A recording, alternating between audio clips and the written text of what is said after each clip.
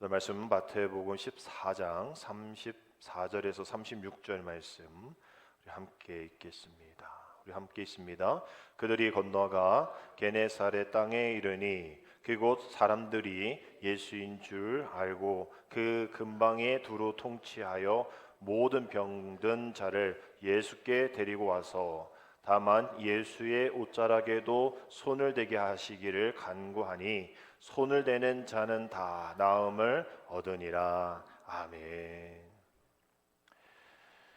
우리 지난주는 비가 제법 많이 내려서 충남인가요?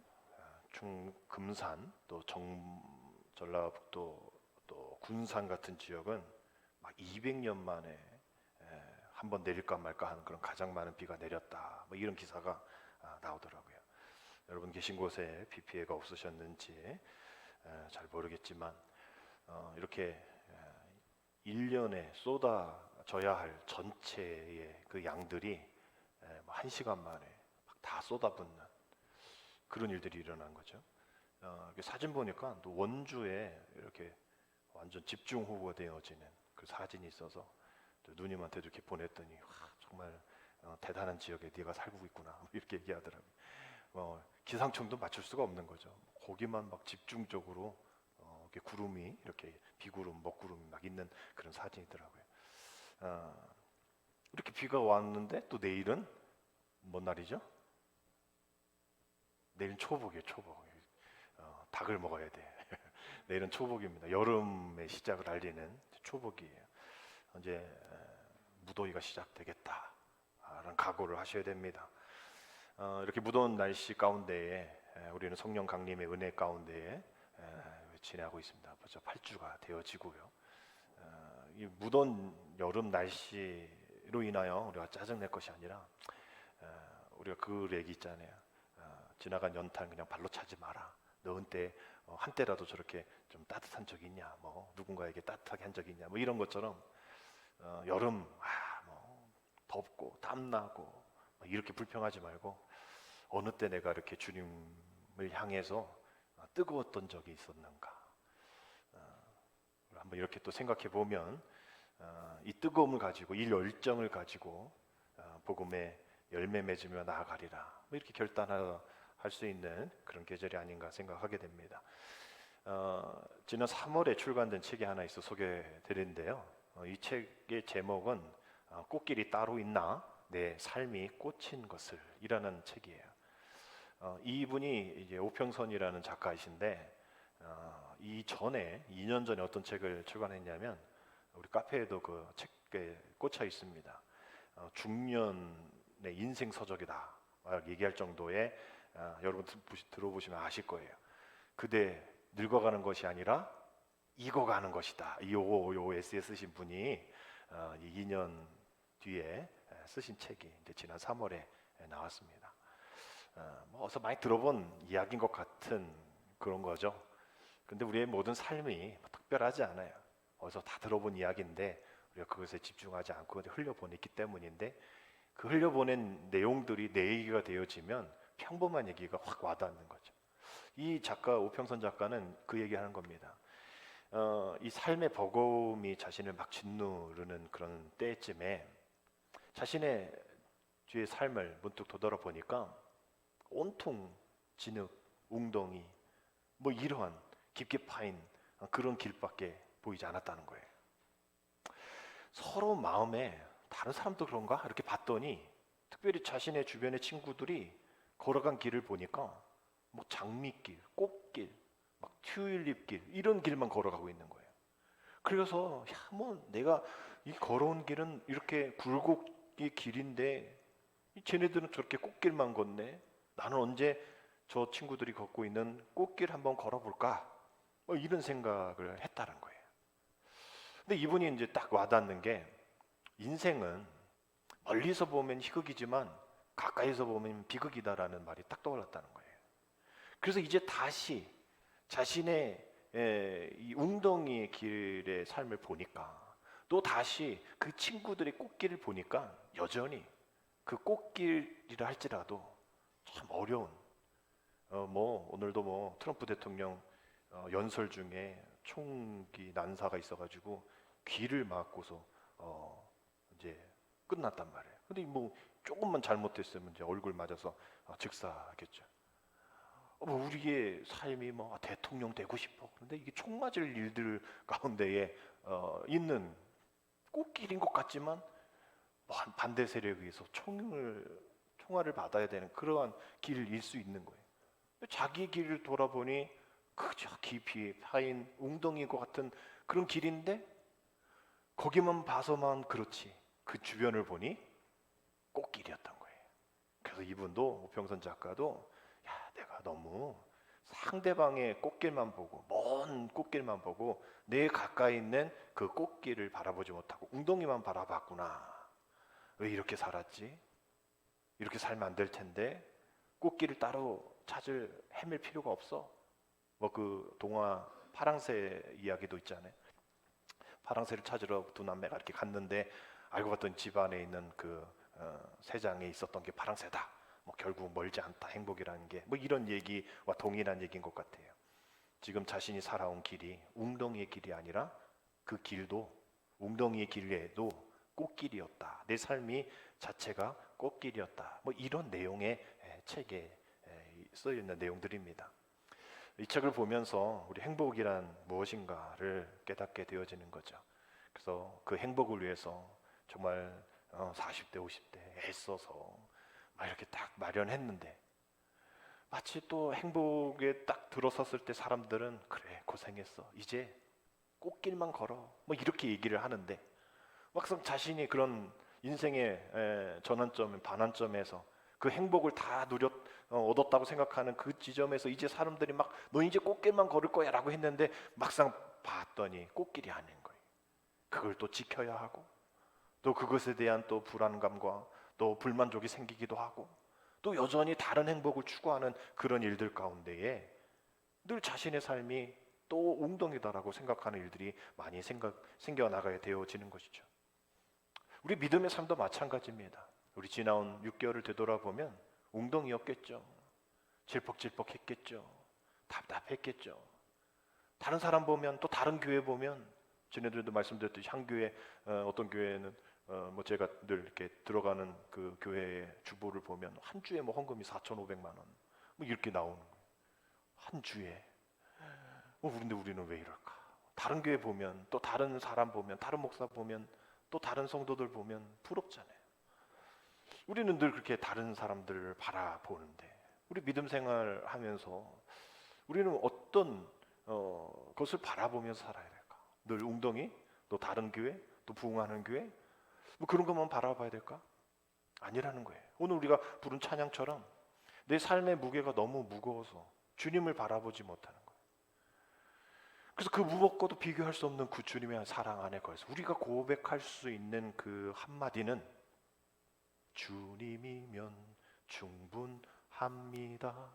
내겐 주님이면 충분합니다라는 이 고백이 있어야 한다는 거죠. 이 고백이 바로 우리에게 꽃길이라는 거예요. 이 고백이 없으니 우리는 늘 웅덩이였고 이 고백이 없으니 늘 비교였고 이 고백이 없으니 남들이 부러웠던 거죠. 근데 그들의 삶도 들어가 보면 웅덩이인 거예요. 이 인생, 이 땅에 살아가는 인생 속에 누가 다 꽃길이겠습니까? 누가 다 웅덩이겠어요? 내겐 주님이면 충분합니다라고 그 고백 가운데 걷는 그 사람, 그 믿음, 그것이 꽃길이겠죠. 결국 우리가 무엇으로 살아가는가에 대한 질문에 어떤 대답을 하는가에 이 꽃길일지 웅덩이일지가 바뀌어지게 되어지는 겁니다. 어떤 사람들은 이러한 모습으로 살아갑니다. 유물론적인 사람, 또 이성적인 사람, 또 감각적인 사람. 이 얘기는 그거예요. 지금 이 세상이 돈으로 다 되는 세상이고 또 결국 최종의 가치 진리는 과학으로 설명되어지는 이 땅 가운데 보여지는 또 증명되어지는 그런 세상 속에 살아가고 있습니다. 마찬가지로 당신은 무엇으로 살아갑니까? 어떤 것을 바라보며 삽니까? 라고 이야기할 때에 우리가 하나님을 믿는다고 하면서도 보이지 않는 하나님을 우리가 그 믿음으로 살아가지 못하는 거예요. 보이는 것이 전부라고 생각하며 또 꽉 차고 또 풍성하고 또 뭔가 아무 일 없고 이런 것이 완벽하다, 이것이 하나님이 원하심이 그러한 교회다라고 생각하는 그러한 모습으로 살아가는 유물론적인 사람들의 모습, 나는 보는 것으로 살아갑니다 라는 그런 고백이 하는 사람이 있는가 반면에, 이성주의자들의 삶은 나는 아는 것으로 살아갑니다 라고 대답하는 사람도 있을 거예요. 똑똑한 사람일수록 그렇게 이야기하겠죠. 내가 알고 있는 게 전부고 그게 진리고 너는 그게 아니니 내 말을 들어야 하고, 그리고 자기 확신 가운데에 살아가는 삶, 이런 사람일수록 절대 변하지 않습니다. 누구 얘기를 듣지도 않아요. 심지어 말씀도 들으려 하지 않습니다. 자기가 살아온 그 믿음으로만 모든 것을 이해하고 넘어가고 또 그것을 향해 나아가겠다라는 완고한 고집과 아집 안에 갇혀 있는 사람들이죠. 자기만의 종교를 가지고 있는 사람입니다. 어떤 사람은 감각주의로 살아가는 사람들이 있죠. 이 이야기는 그거예요. 아니 나는 뭐 이런 거 저런 거 난 잘 몰라. 그저 내가 느끼는 대로, 내가 경험한 대로, 그저 이게 진짜인지 가짜인지 뭐 옳은지 그른지 몰라. 난 그저 내 느낌이 좋으면 그저 그게 좋은 거야 라고 이야기하는 사람들이 있다는 거예요. 지금 당장 자기를 좋게 해주기를 원하는 거죠. 그게 거짓이든 속임수든 뭐 악한 거든 상관없이 자기에게 지금 만족함을 줘야 되는 거예요. 그거면 되어지는 거예요. 내겐 주님이면 충분합니다가 아니라 지금 내게 만족하면 충분합니다. 주님이 아니어도 된다는 거예요. 주님이면 좋고 주님 아니어도 상관없다라고 얘기하는 거예요. 그게 어떤 일에 대해서, 어떤 현상에 대해서 그 느낌으로 자기가 그럴 수 있지만 그 느낌이, 그 고백이, 그 선택들이 이게 진리에 일치하는지, 성경의 말씀에 근거를 둔 것인지를 따져야 하는데 그거 따지기가 귀찮은 거예요. 그저 내 느낌이, 내 감각이, 또 내 선택이 옳다라고 여기면서 살아가는 사람들인 것이죠. 이렇게 본다면 나는 무엇으로 살아가는가라는 질문에 우리는 그런 어떤 대답으로 살아가는가? 나도 역시 유물론적인, 나도 역시 이성적인, 나도 역시 감각적인 그런 삶으로 살아가고 또 주님을 대하며 이것이 나의 신앙관이 되고 내가 나의 삶의 철학이 되어지고 내 가치관이 되어지고 있지는 않는가라는 질문을 해봐야 된다는 것이죠. 왜냐하면 여기 답이 나와 있지 않기 때문입니다. 우리는 무엇으로 사는가, 우리는 왜 사는가에 대한 정답은 바로 고린도서 5장 7절에 있는 말씀처럼 세 번역입니다. 우리는 믿음으로 살아가지 보는 것으로 살아가지 아니합니다라는 고백이 있어야 하는 것이죠. 우리는 무엇으로 살아갑니까? 믿음으로 살아가는 거예요. 과학도 아닙니다. 유물론적인 또 이성적인 감각적인 그런 포스트 모더니즘의 사고로 살아가는 게 아니에요. 우리는 그렇게 살아가려면 여기 있을 필요가 없습니다. 세상에서 그렇게 살아가기 때문에 그들과 어울리면 되어지는 거예요. 그들과 어울려서 누군가는 이러한 형태, 아까 말한 세 가지 형태 가운데에 무리들이 생기겠죠. 그런 무리 가운데 속해서 살아가게 될 겁니다. 그게 다이니까. 그러나 우리는 그게 다가 아니라고 이야기하잖아요. 우리는 믿음으로 살아가지 보는 것으로 살아가지 아니합니다. 여러분 히브리서 11장에도 보면 거기에 모세에 대한 이야기가 나올 때에 27절 보면 그 모세가 40년 동안 광야 생활을 어떻게 이겨냈는지 그 비결에 대해서 이렇게 이야기하고 있습니다. 이것도 세 번역인데요. 믿음으로 그는 왕의 분노를 두려워하지 않고 이집트를 떠났습니다. 우리 같이 읽을까요? 그는 보이지 않는 분을 마치 보는 듯이 바라보면서 견뎌냈습니다. 보이지 않는 분을 마치 보는 듯이 바라보면서 견뎌냈다. 40년의 광야 생활의 견딤, 또 광야 같은 이 세상 속에서 우리가 견뎌내야 되는 것은 유물론적인 사고도 아니고 이성적인 사고도 아니고 내 감각, 느낌이 아니라 보이지 않는 분을 마치 보는 듯이 바라보면서 견디는 그 믿음으로 살아가야 한다라는 이야기인 것이죠. 이 세상 속에서는 그렇게 살면 안 돼. 이 믿음이 뭐 밥 먹여줘? 라고 이야기해야 해요. 그래서 보는 것이 맞아, 또 아는 것이 맞아, 느끼는 것이 맞아 자기들의 공감대로 또 자신들의 이러한 그 모습으로 또 똘똘 뭉쳐서 살아가게 됩니다. 또 우리 세상에서 또 그렇게 살다 보니까 교회에서는 아니라잖아요. 그렇게 살면 안 된다고 얘기하잖아요. 믿음으로 살라 얘기하잖아요. 고개 끄덕여도 다시 세상에 돌아가 보면 믿음으로 살 수 없으니 여전히 아는 것으로 보는 것으로 느끼는 것으로 살아가다가 또 다시 주일이 돼서 이곳에 와서 그래 믿음으로 살아야지. 그러나 또 우리의 고백이 그렇게 영향력을 행사할 수 없는 그런 세상 속에서 포기하고 또 내 결단이 약해지기도 하고 또 유혹을 받기도 하는 겁니다. 보이지 않는 분을 보는 듯이 믿는 것이 그렇게 쉽지만 않다라는 것이죠. 보이지 않는 하나님의 나라 이곳에 이루어지는 게 쉬운 일이 아니고 보이지 않는 예수님 내 안에 계시다라는 것을 고백하는 게 쉽지만은 않다라는 거예요. 그러나 성경의 많은 유인들 믿음의 사람들 어디 뭐 쉬운 일 하나 있었습니까? 다 고난, 역경, 어려움, 팔려나감, 죽임 앞에 우리의 고난보다도 더 큰 고난이 있었어요. 그들이 그래서 보이지 않는 것을 보는 그 믿음으로 살아갔다면, 그래서 승리했다면 우리도 그렇게 살아야죠. 우리에게 목숨보다 더 큰 생명이 있고 눈에 보이는 우주보다 더 큰 하나님의 은혜가 또 하나님의 나라가 있는 그 믿음 지키며 나가기. 우리가 오늘도 그래서 이 예배 가운데에 그래서 오늘도 한 주 동안 믿음 가운데 나아가는 것이죠. 나는 믿습니다. 나는 믿음으로 사는 것이 옳다고 믿습니다. 나는 그 어떤 유혹 속에서도 믿음으로 살겠습니다. 이 고백이 우리의 안에 있다면 내 삶이 웅덩이와 같아도 그 믿음의 고백으로 그 웅덩이만을 바라보지 않고 그 옆에 있는 꽃길을 바라보게 된다라는 것이죠. 왜 이것이 필요하냐면 우리는 늘 흔들리기 때문에 믿음이 흔들리기 때문이에요. 그 믿음이 작아질 때가 있기 때문이라는 거예요. 그저 우리가 핸드폰이라든지 어떤 가전제품 배터리 이게 얼마 안 남았으면 조마조마하잖아요. 우리 중요한 전화를 받아야 된다든지 이러면 좀 중요한 문서를 만들어야 되는데 배터리가 없다 그러면 전원이 없다 그러면 위태위태하잖아요. 여러분 우리의 믿음도 마찬가지죠.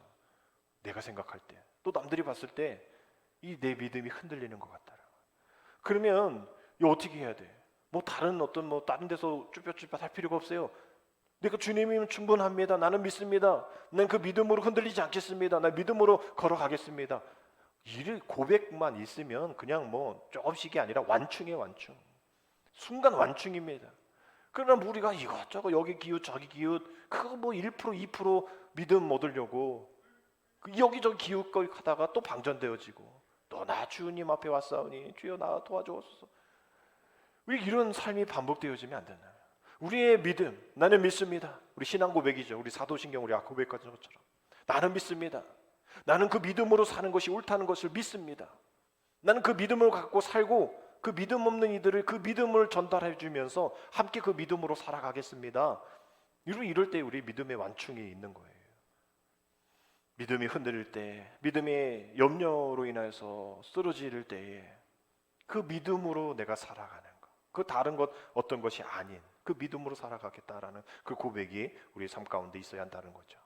오늘 말씀에도 그 믿음의 고백으로 이어지는 말씀인데요.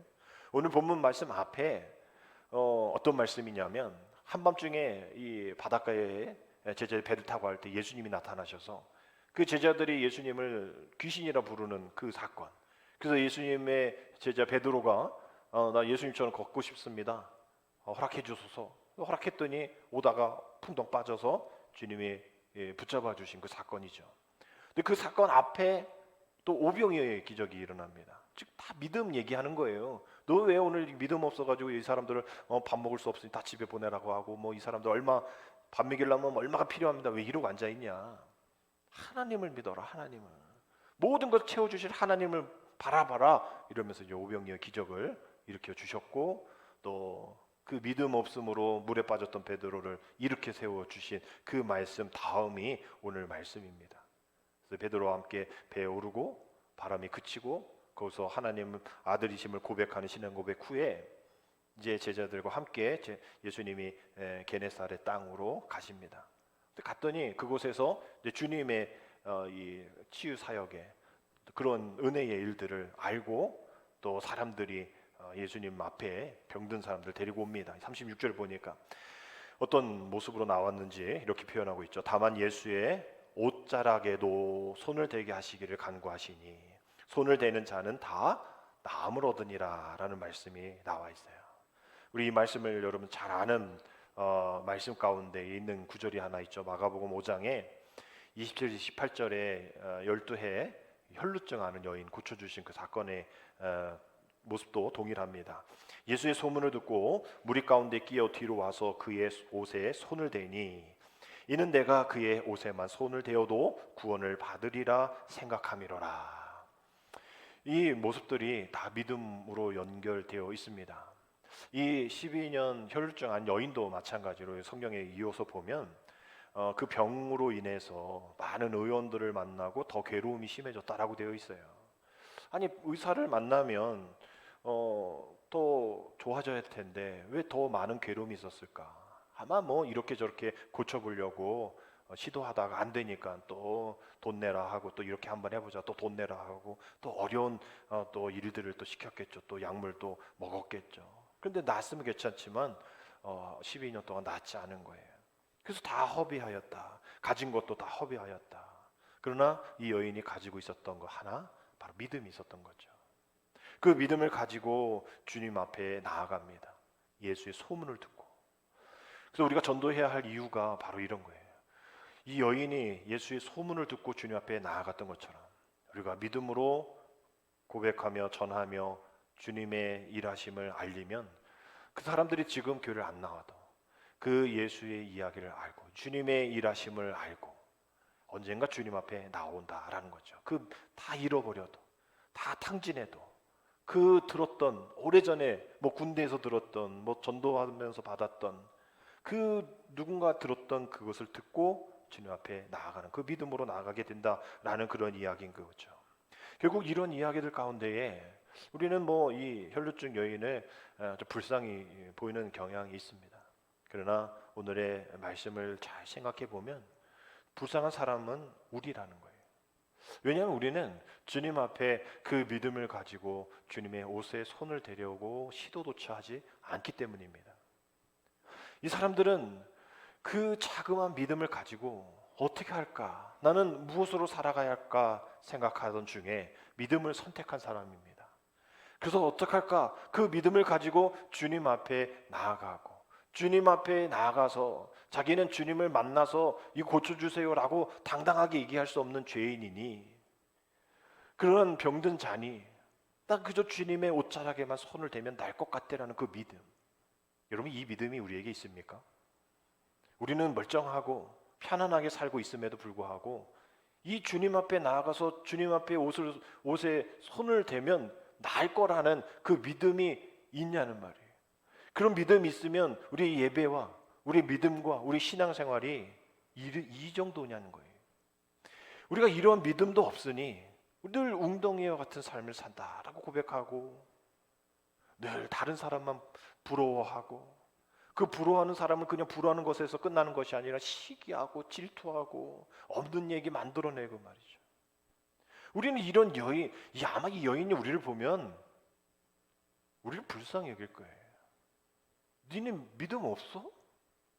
마치 모라비안 교도들 앞에 그 큰 풍랑 가운데에 존 웨슬리 목사님이 선교하러 가는 선교사의 믿음이 없어서 그 풍랑 때문에 막 난 죽을 것 같은데 막 모라비안 그 당시 이단 취급받는 걔네들은 막 애들까지 모여가지고 막 찬양한단 말이에요. 그래서 가서 물어본 거죠. 너는 안 무섭냐? 네 애들은 이 풍랑 파도가 무섭지 않아? 근데 모라비안 교도들이 얘기한 거잖아요. 너 하나님 안 믿어? 이 풍랑보다 큰 그 믿음을 사용해라고 얘기하는 거예요. 마치 이 여인도 그렇게 하지 못한 우리들에게 쳐다보면서 황당하듯이 너 믿음 없어? 주님 앞에 옷짝 손만 대도 나아. 왜 안 해 그거를? 왜 주님 앞에 안 나와? 그러고도 사는 게 신기한데? 라고 얘기할 것 같은 그런 여인의 눈동자. 여러분 못 느끼십니까? 자신 12년 동안 못 고친 병, 그 누구도 못 고친 병, 예수님이시면 고칠 수 있겠다라는 그 믿음, 그 하나만 가지고 두근두근거리는 마음으로 뭐 걸리면 또 내쫓기겠죠. 그러나 예수님의 옷에 손만 대도 날 거라고 구원받을 것이라고 생각했던 이 여인과 같은 믿음이 우리에게는 없잖아요. 결국 우리의 이러한 모습 속에서 우리가 죄이기에 주님 앞에 나아갈 수 없는 우리들이지만, 그래서 우리는 계속 주님과 멀리해야 합니까? 주님 우리 죄인이니까 더 주님 앞에 나가야죠. 그랬던 사람들, 뭐 옷자락뿐만 아니라 예수님의 그 영광에 휩싸였던 사람들의 모습들이 성경에 많이 나오잖아요. 이사야, 에스겔, 뭐 엘리야, 뭐 이런 사람, 사도 요한, 이런 사람들이 예수의 옷자락에, 하나님의 옷자락에 휘감아서 귀한 사명을 감당했던 것, 모든 일들이 해결되었던 것, 결국 우리가 이 모든 일들을 하나님의 옷자락, 주님의 옷자락을 만져보려고 하지 않는 그 연약함 때문에 시작이 되었다라고 볼 수가 있는 겁니다. 믿음 생활하면서 뭐 우리가 이런 뭐 예수님의 옷자락을 만져본 경험 없어요, 뭐 이렇게 고백할 때가 종종 있죠. 뭐 우리가 예수님의 옷이 뭐 실크인지 면인지 뭐 이거 판단하자는 게 아니죠. 우리는 날마다 예수님의 옷자락을 만질 수 있는 경험을 합니다. 그것이 사건 속으로 다가오는 것이죠. 그 사건이 오늘 트럼프 대통령 후보자가 총을 맞는 이런 어떤 큰 사건으로 나가는 것이 아니라, 어느 날 문득 내가 주님 안에 있다라는 것을 깨닫고, 어느 날 문득 오평선 작가처럼 내 삶이 운동이었던 것 같았는데, 다른 사람은 꽃길이었던 것 같았는데, 내가 되돌아보니 지난 모든 생활 주님의 은혜였음을 고백하는 이 고백이 바로 큰 사건이죠. 이것이 바로 주님의 옷자락을 만지는 사건입니다. 그 사건은 우리에게 늘 있었어요. 우리가 그것을 인정하지 않았고 인지하지 못했기 때문인 거죠. 우리 주님이 늘 우리 앞에 지나가실 때가 많았습니다. 주님이 일부러 천천히 지나가신 거예요. 제발 옷자락이라도 만져라. 나한테 오지 않으니, 나한테 간절히 구하지 않으니 이 여인과 같이 옷자락이라도 만져도 해결될 거라는 그 믿음을 가지고 제발 내 옷자락이라도 만져라고 주님이 우리 앞에, 우리의 사건 앞에, 우리의 염려 앞에 천천히 지나가셨어요. 근데 우리는 그럼에도 불구하고 그 지나가신 주님 앞에 다윗의 자손이 우리를 불쌍히 여겨주소서라고 외치지도 않고, 그 10명의 나병 환자들처럼 외치지도 않고, 이 여인처럼 두근두근 거리는 마음으로 와서 옷을 만지려고 하지도 않고, 그저 주님이 와서 빨리 고쳐주든지 아니면 그냥 이대로 가다가 그냥 뭐 어떻게 되든지, 우리는 그러한 불순종과 그런 믿음 없음으로 살아갔단 말이에요. 그래도 불구하고 우리 같으면 자존심 상해서 안 나갈 텐데, 우리 주님은 그런 우리 앞에 또 나타나셔서, 또 그 사건 앞에, 또 그 불안함 앞에 나타나셔서 제발 내 옷자락 한번 좀 만져. 만지면 다 해결돼.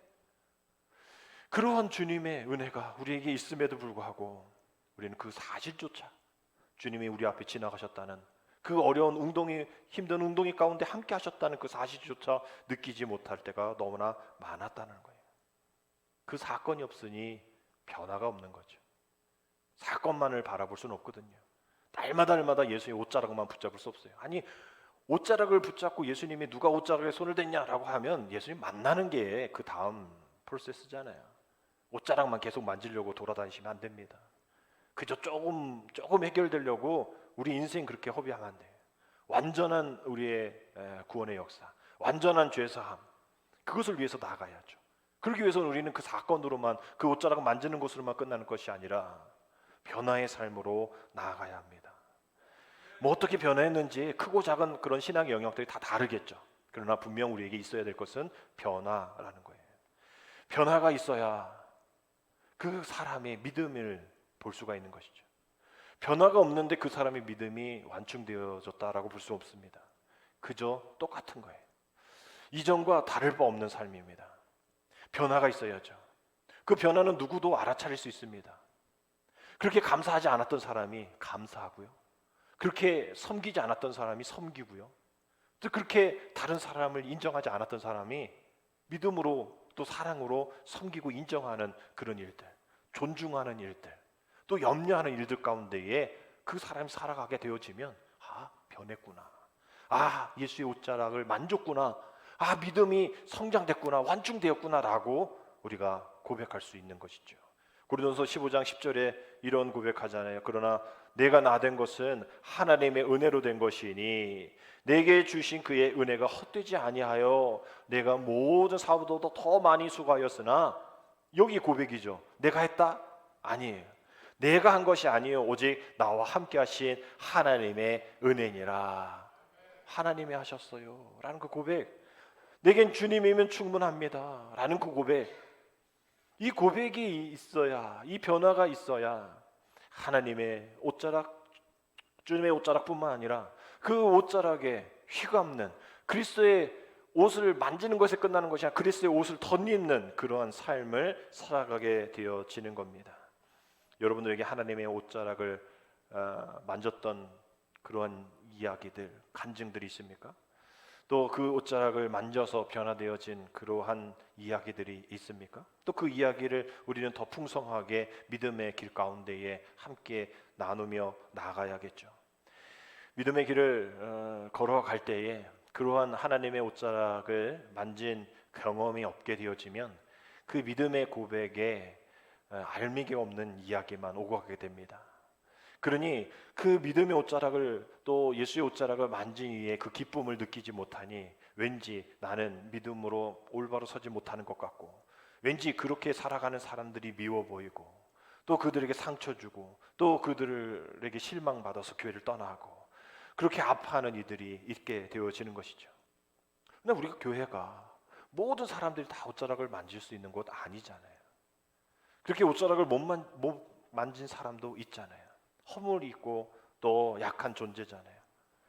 결국은 우리가 이 교회 안에서 살아가면서 연합하면서 사랑을 배우며, 내가 주님을 이렇게 만났고 주님 이러한 삶으로 나를 인도해 주셨어라는 그런 고백 가운데에, 간증 속에서 우리가 그 간증이 나의 간증이 되어질 수 있도록, 우리 11월에 다니엘 기도회 21일간 우리가 함께 할 때에 그거 나랑 무슨 상관이야? 저 사람의 간증이지. 우리 이렇게 해서는 아무런 유익이 없잖아요. 우리가 기도하는 거죠. 하나님, 저분의 간증이 나의 간증이 되게 하여 주옵소서. 저분의 해결이 나의 해결이 되게 하여 주옵소서. 크기와 깊이와 넓이와 높이가 다른 그런 간증이지만 하나님, 내게 저분과 같은 능력 허락하여 주시고 저분과 같은 해결 방법으로 나를 모든 것들을 해결해 주옵소서. 우리가 같이 기도하는 그 기도의 모습이 다니엘 기도인 것처럼 교회 안에도 상처가 있고 또 서로 실수가 있고 그런 모습 속에서 살아가는 게 교회잖아요. 그럼 나는 이 꼴 저 꼴 보고 싶지 않아, 나는 이런 사람과 저런 사람과 다 얽히고 싶지 않아 라면서 이야기하는 사람, 또 그러면서 교회를 떠나는 사람, 또 믿음을 포기하는 사람은 결국은 앞에 말한 그 세 가지의 삶으로 살겠다라는 사람이에요. 믿음으로 살겠다가 아니라 그저 웅덩이만 바라보면서 꽃길 걸어가는 사람 쫓아가겠다라는 것밖에 되지 않습니다. 그렇게 될 때에 가장 먼저 손해보는 사람은 그 사람이에요. 우리가 아닙니다. 전에도 말씀드렸듯이 차 안에서 누군가 이렇게 새치기해서 누가 그래서 막 소리 지르고 욕을 해봐야 그 사람은 안 들린다니까요. 결국 내가 듣는 거고 내 욕을 듣는 거예요. 마찬가지예요. 결국 우리가 그런 고백 가운데 손해보는 것은 내 자신, 그 욕을 제일 먼저 듣는 것은 하나님이라는 거죠. 결국 그렇게 그러하면 편하겠지, 그렇게 하면 회복되겠지라고 생각할지 모르지만 여기서도 회복이 안 되는데 어떻게 회복이 되겠어요? 우리의 본성은 혼자 떨어지면 더 활발하게 불타고 더 생동감 있고 생명력이 있는 그런 존재가 아니라는 거예요. 지금 함께 뭉쳐 있어서 뭔가 이렇게 이루어져도 될까 말까. 그 펭귄들이 북극에서 막 껴안고 있는 허들링인가요? 막 그렇게 으쌰으쌰으쌰 추우니까 같이 있어야 되는 거예요. 혼자 저기 따라서 나는 혼자 갈 거야 그러면 얼어 죽어요. 허들링 같이 그 같이 조금의 체온을 함께 나누는, 연약함 속에 함께 채워주는 그런 모습 속에서 살아가야 되어지는 거죠. 결국은 이런저런 핑계, 이런저런 이유, 그러나 잘 살펴보면 자기 자신이 뭐를 원하는지, 어떻게 해야 되는지를 잘 모르는 사람들입니다. 상담 전문가들이 늘 상담하면서 그 내담자라 그러죠. 그 상대방 상담하러 온 사람 내담자에게 묻는 가장 중요한 질문이 있다고 그래요. 그것은 뭐 이런저런 막 얘기를 하죠. 뭐 상담자는 들어야 되죠. 계속 들어야 되는 거예요. 뭐 괜히 자기 얘기하면 안 돼. 계속 들어야 돼. 근데 계속 들어보면 이 사람이 좀 뭐 얘기하는 거지? 뭘 원하지? 이걸 모르는 거예요. 그냥 자기 얘기만 고절고절 뭐 얘기하는 거예요. 그래서 이제 질문하는 거예요. 아니, 알겠어요. 근데 당신이 정말 원하는 게 뭐예요? 뭐 이혼 상담, 이혼이에요? 아니면 다 재결합이에요? 이런 것처럼 구구절절히 얘기는 하지만 자기의 본심은 얘기를 안 해요. 즉 자기가 뭘 원하는지를 생각을 안 하면서 내뱉는다는 거예요. 행동한다는 거예요. 보이는 대로 행한다는 거예요. 그게 앞서 말씀드린 유물론적인 이성주의적인 감각주의적인 그런 세상에 살아가다 보니 자기가 지금 무슨 얘기를 하는지도 모르고 어떤 행동 가운데 하고 있는지를 잘 모르는 거예요. 그래서 정작 그래서 뭘 원하냐고요? 라고 물어보면 대답을 못하는 거예요. 쭈뼛쭈뼛. 먼저 우리가 해야 될 것은 내가 뭐를 원하는가? 나는 무엇으로 살아가고 있는가? 우리가 먼저 질문하고 우리가 먼저 그 대답을 향해서 나아가야겠죠. 우리는 왜 삽니까? 우리는 무엇으로 믿음으로 살아갑니까? 우리가 이렇게 질문하면 우리는 무슨 대답할 수 있을까요? 하나의 예를 들어보면 이것이 대답이 될 수 있을 거예요. 어떤 분이 쇠를 이렇게 만지는 그 대장장이 철공소 그런 데 가서 이렇게 뭔가를 만드는 그런 사람들을 대장장이를 보게 되었어요. 그래서 뭔가 이렇게 막 불에 넣어서 또 막 달궈진 애를 막 탕탕탕탕 해가지고 또 다시 넣고 막 이런단 말이에요. 단련한단 말이에요. 연단한단 말이에요. 그래서 대장장이에게 묻습니다. 이거 언제 끝나요? 이 반복은 언제 끝나요? 라고 물으니 아마 뭐 칼 같은 걸 만드는 사람이었겠죠.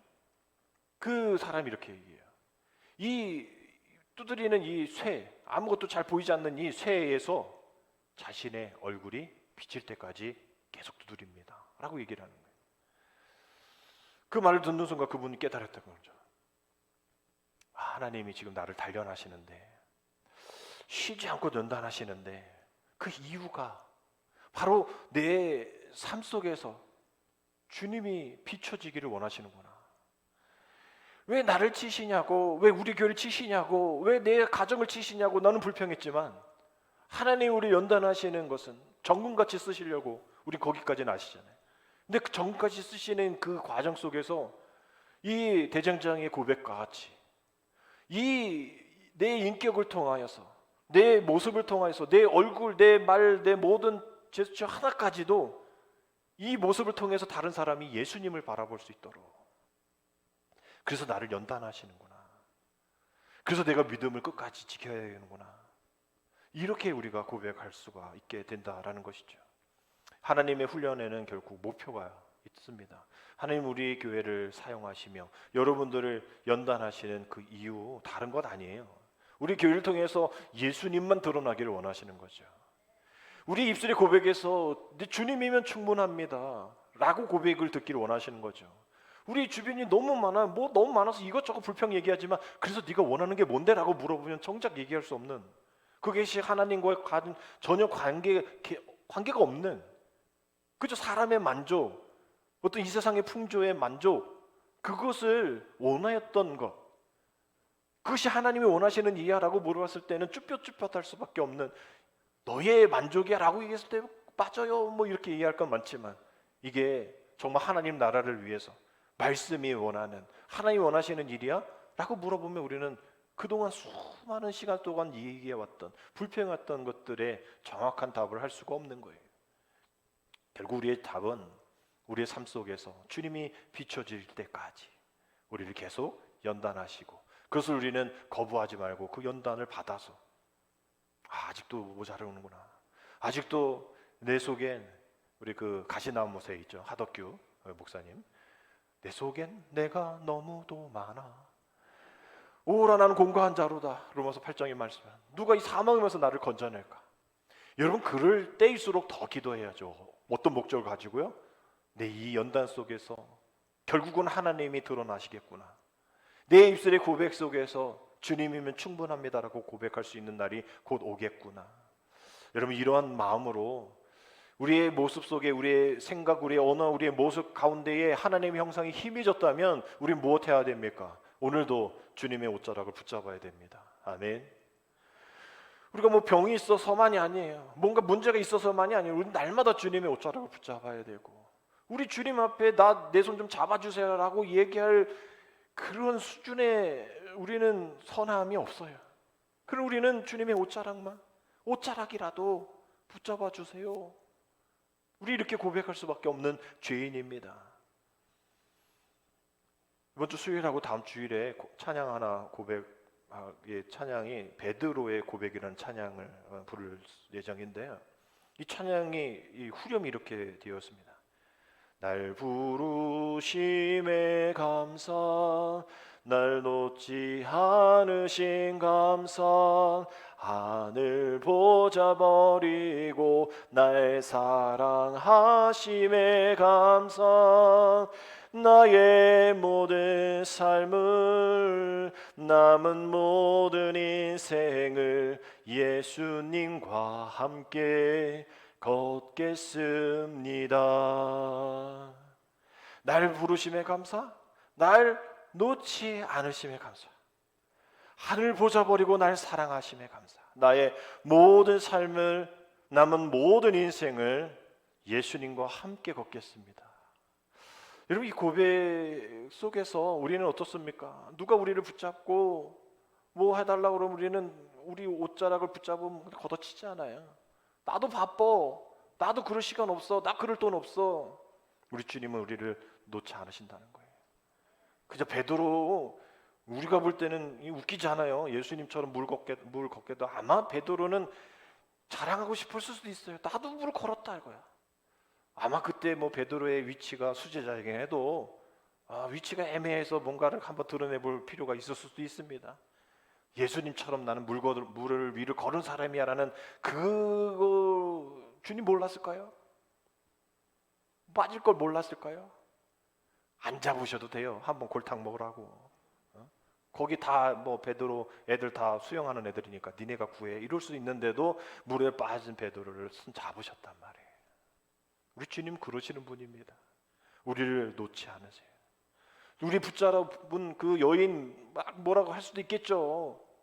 부정해 라고 얘기할 수 있겠지만 거룩하다, 만군의 주, 우리 찬양했던 거, 주님의 옷자락, 하나님의 옷자락, 그 옷자락만 붙잡으면 돼 라고 말씀하시는 거예요.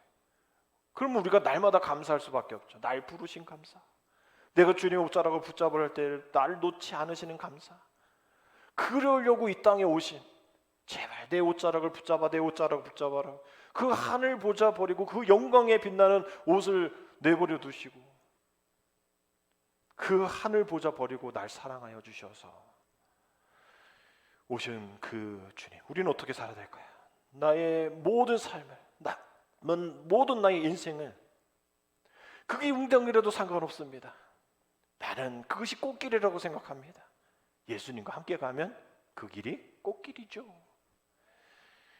연약하고 부족한 충만한 교회 다녀도 그것이 주님이면 충분합니다라는 그 길이 꽃길이죠. 우리가 그렇게 고백하며 한 줄기 희망으로 주님의 옷을 붙잡으며 살아갑시다. 주님의 옷을 붙잡을 기회를 놓칠 때가 있어요. 우리 시간에 대한 그 신화 보면 그 그림이 이 뒷머리가 대머리로 돼 있잖아요. 앞에는 머리가 있어요. 잡을 수 있는데 지나가면 못 잡는다. 또 발이 이렇게 불화 이렇게 그걸 신는지 아주 쏜살같이. 그 시간은 잡을 때 잡아야 되는 거예요. 주님의 옷자락 붙잡을 수 있는 그런 기회, 내 믿음을 다시 한번 주님과 함께 걷겠다는 고백을 할 수 있는, 주님이 다 아심에도 불구하고 다 그 의도를 아심에도 불구하고 용서하실 수 있는 그 기회를 우리가 놓치면 안 돼요. 이게 매일 수만 번 있는 기회 아닙니다. 우리 인생에 주님께 돌아올 수 있는 기회 한 3번 있다라고 누군가 얘기하는데 잘 모르겠어요. 하여튼 3번이라도 있잖아요. 근데 그 3번의 기회 잘 생각해 보십시오. 한 번의 기회가 지나갔다면 두 번의 기회라면 붙잡으셔야 됩니다. 세 번째 기회라면 마지막으로 여기셔야 돼요. 이제 물러서면 잡을 길이 없구나. 주님이 나를 붙잡지 않고 이제 사탄이 나를 붙잡겠구나. 두려운 마음으로 주님의 옷자락을 붙잡으셔야 됩니다.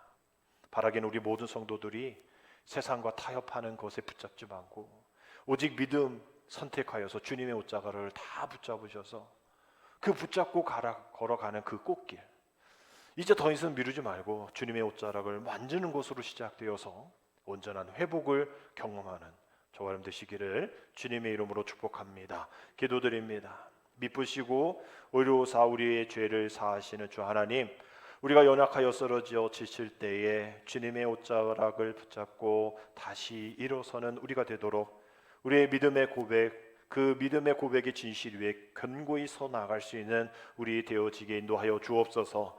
더는 세상의 그러한 규범과 관습에 타협해 살아가지 않고 오직 주님의 옷자락만 붙잡고 살아가는 신앙의 본질에 더 앞서 나가는 우리 되어질 수 있도록 하나님 인도하여 주옵소서. 예수님의 이름으로 감사하며 기도드립니다. 아멘.